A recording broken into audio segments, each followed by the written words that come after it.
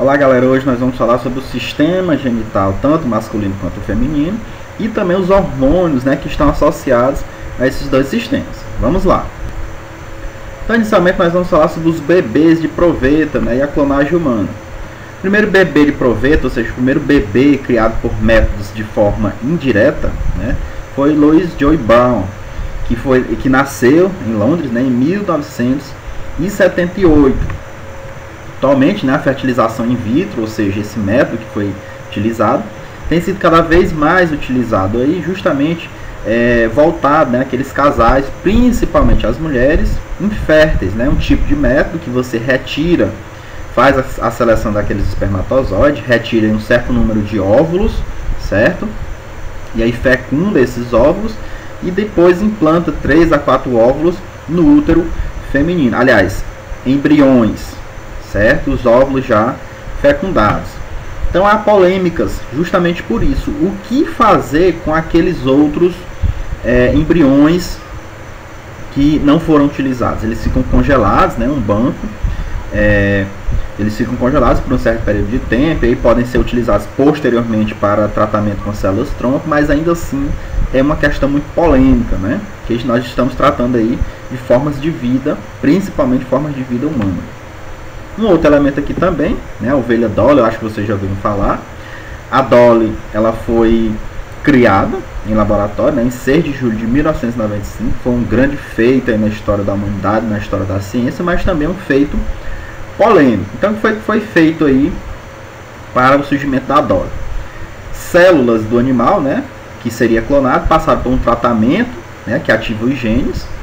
Posteriormente, um óvulo de outro animal foi retirado o seu núcleo, certo?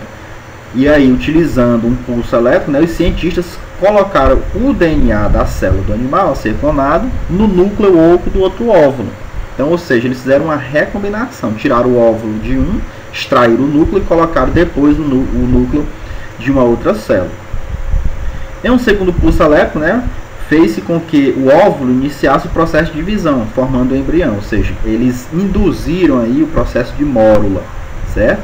E aí, por fim, né, que no caso aí foi as mitoses sucessivas, o embrião foi implantado no útero de uma fêmea, que funcionou como uma barriga de aluguel. Então a gestação aí ocorreu normalmente, dando origem a um animal idêntico ao original, ou seja, um processo de clonagem, certo?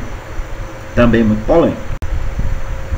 E aí nós vamos partir agora para o sistema genital feminino, o pudendo feminino, que são os órgãos externos, né? Eles ficam localizados aí na região baixa do ventre, entre as coxas, né? Que são os lábios maiores e menores, o clítoris e o vestíbulo vaginal. Os lábios maiores, né, são saliências que vão da região inferior do púbis às proximidades do ânus, enquanto que os lábios menores, né, eles delimitam a entrada da vagina, ou o que nós vamos chamar de vestíbulo vaginal. Temos ainda o clítoris aí, que mede cerca de 1 centímetro de comprimento e apresenta uma grande sensibilidade tátil, né? Esse tecido ele se enche de sangue no momento da relação sexual. No caso aí, no vestíbulo vaginal, né, desembocam condutos vindo das chamadas glândulas de Bartholin. Essas glândulas de Bartholin, elas têm uma função primordial, que é lubrificar, né, o vestíbulo vaginal, o canal vaginal, durante o período em que está ocorrendo a relação sexual. Tem-se ainda o ímen, né, que é uma membrana que recobre parcialmente a entrada da vagina, que geralmente é rompido na primeira relação sexual. Temos ainda aí também o caso dos chamados ímens complacentes, né, que são ímens que não se rompem, e aí é necessário realizar uma cirurgia para que isso ocorra. Aqui mostrando justamente a cavidade uterina, né, o oviduto, o ovário do lado esquerdo e do lado direito, a tuba uterina, a vagina, né, com o vestíbulo ou canal vaginal. Tem-se aí o clítoris lá do lado direito, né, o meatro uteral, que é justamente a saída para a urina, o grande lábio, pequeno lábio, o orifício vaginal ou vestíbulo vaginal, o ímen e o ânus. Aqui mostrando uma visão diferente, né? Temos o ovário, a tuba uterina, a bexiga, a uretra, o clítoris, o reto, o útero, né? Que é essa bolsa aqui onde vai ficar a criança, o embrião, colo uterino, né, que se comunica com o vestíbulo, a vagina, o ânus, o orifício uretral, que é por onde passa a urina, pequeno lábio, grande lábio e o orifício vaginal. Temos aqui a questão da vagina, né, que é um tubo de paredes fibromusculares, né, vai do vestíbulo vaginal à base do útero, mede cerca de 10 centímetros de comprimento, isso é variável, certo? Temos o útero, né, que é um órgão muscular oco em forma de pera invertida, que mede aí, em geral cerca de 7,5 centímetros de comprimento por 5 centímetros de diâmetro, né, e comunica-se com as tubas uterinas e o colo. Tem-se ainda o endométrio, né, que é um tecido rico em glândulas, vasos sanguíneos e vasos linfáticos, que todo mês se prepara para recepcionar o embrião. Seguimos aí para as tubas uterinas, né, os ovários. No caso as tubas uterinas são, no número de 2, medem aí, em geral 10 centímetros de comprimento. Tem as extremidades franjadas, né, e o interior com cílios. Esses cílios vão facilitar a descida do óvulo. Tem-se os ovários, né, que são duas estruturas ovoides que medem em torno de 3 centímetros de diâmetro, que fica localizado na região da virilha. Vocês lembram ainda em slide anterior, em uma aula anterior, a ovulogênese, né? Não vou repetir aqui, vocês podem acessar aí no canal do YouTube o processo de ovulogênese. Então, cada ovócito primário, né, é envolvido pelas células foliculares, formando o que nós vamos chamar de folículo ovariano, que, neste caso aí, a gente destaca que a mulher ao nascer tem cerca de 500 mil, certo? Mas nem todos vão se desenvolver, geralmente só a metade. Na puberdade, geralmente a cada 28 dias, na adenohipófise, aumenta a liberação do hormônio FSH, né, que estimula o amadurecimento dos folículos. No ovócito secundário, segue para a segunda divisão meiótica, até a meiose 2, vocês lembram que ele fica estacionado, e o folículo se rompe e libera o ovócito, é o que nós vamos chamar de ovulação. As células do folículo rompido originam o que nós vamos chamar de corpo lúteo. Passando aí para o sistema genital masculino, o primeiro órgão que nós vamos ver é o órgão copulador, né, que é o pênis, que é formado por dois corpos cavernosos e um corpo esponjoso. Tem a glande, que tem função semelhante ao clítoris na mulher. A glande é uma área de alta sensibilidade tátil, que fica recoberta pelo prepúcio, né, que é aquela pelezinha. Tem a uretra, que é o canal por onde passa a urina e o esperma, diferentemente da mulher, que no caso da mulher só passa a urina, no caso do homem, além da urina, passa também o esperma. Tem o escroto, que são duas bolsas, aliás, é uma bolsa musculocutânea situada entre as coxas, que aloja os dois testículos. Os testículos, por sua vez, constituídos por milhares de túbulos seminíferos, né? Nesses túbulos seminíferos são produzidos os espermatozoides.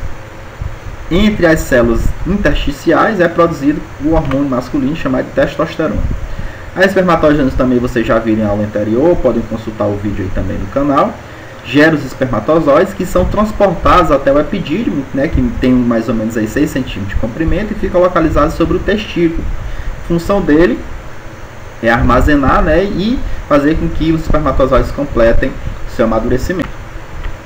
Aqui mostrando justamente essa estrutura do sistema reprodutor, sistema genital masculino, a bexiga, o canal deferente, o pênis, o testículo, a uretra, o epidídimo, o escroto, o ânus, o ureter, reto, vesícula seminal, a próstata e um outro corte aqui frontal, né, mostrando novamente. Os ductos deferentes, as glândulas acessórias, os ductos deferentes eles se unem ao ducto ejaculatório, que desemboca na uretra. As glândulas seminais elas produzem, né, eliminam a secreção, que nós chamamos de orgasmo, que vai desembocar, que vai ocorrer lá no ducto ejaculatório. O esperma, por sua vez, é um fluido, né, com um composto formado tanto por espermatozoide quanto por líquidos nutritivos, principalmente frutose. A próstata, você já deve ter ouvido falar, é uma glândula que lança secreção na uretra, no tubo ejaculatório. E nós vamos ter as glândulas bulbo-uretrais, que liberam líquido durante a excitação sexual. Tem a mesma função das glândulas de Bartolina, na mulher, que é lubrificar o órgão copulador. Um destaque aí para a ejaculação, né, que libera em torno de 5 ml de esperma e cerca de 350 bilhões de espermatozoides. Então vocês podem ver aí na figurinha, corte mostrando o testículo. Vamos ver agora aqui alguns hormônios relacionados à reprodução, né? Temos os hormônios aí gonadotrofinas, temos o FSH e o LH, né? As mudanças fisiológicas, no caso, no organismo, tanto masculino quanto feminino, são controladas por esses dois hormônios, né? O FSH é o hormônio estimulante do folículo, enquanto que o LH é o hormônio luteinizante. Ambos agem sobre os testículos, estimulando a produção de testosterona, enquanto o FSH atua nos ovários, né? Fazendo com que haja o desenvolvimento dos folículos ovarianos. O LH rompe o folículo maduro e libera o óvulo. Então, ambos agem no sentido da reprodução. Temos ainda o estrógeno e a progesterona. No caso, o estrógeno, né, ele vai estimular o desenvolvimento das características secundárias na mulher. A gente está falando aí de afinamento da cintura, aparecimento de certas gordurinhas em alguns locais, questão da voz, pelos, aumento das mamas e amadurecimento dos órgãos genitais, né, além de promover o impulso sexual, enquanto que a progesterona prepara a parede uterina para receber o embrião. Então, todo mês o nível de progesterona ela vai aumentar, justamente porque o corpo feminino começa a se preparar para recepcionar o embrião.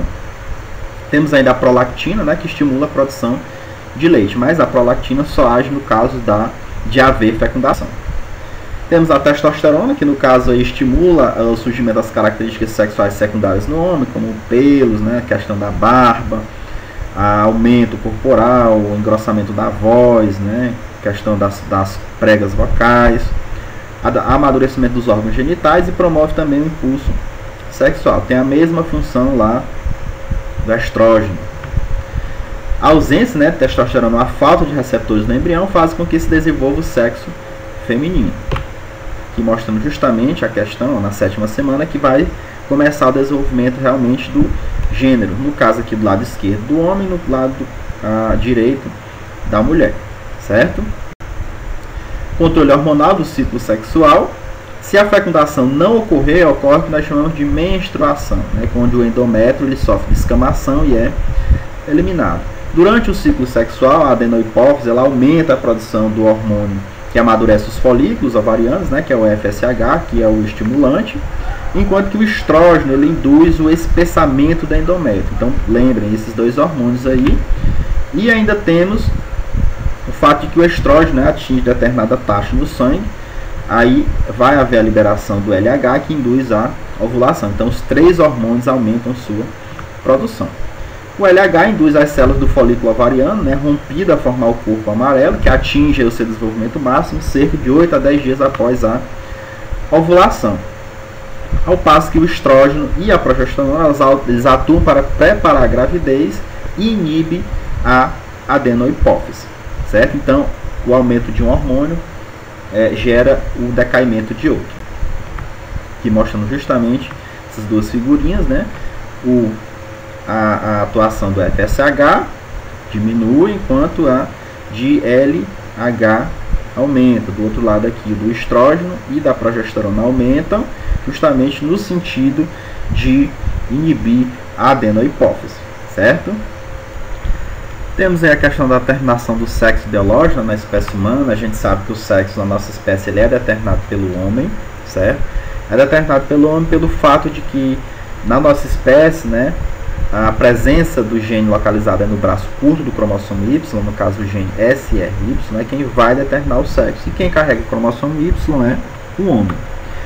Então, o gene SRY, né, ele ativa os genes responsáveis pela síntese de testosterona. Lembrando que se tiver testosterona, gênero masculino. Se não tiver, gênero feminino.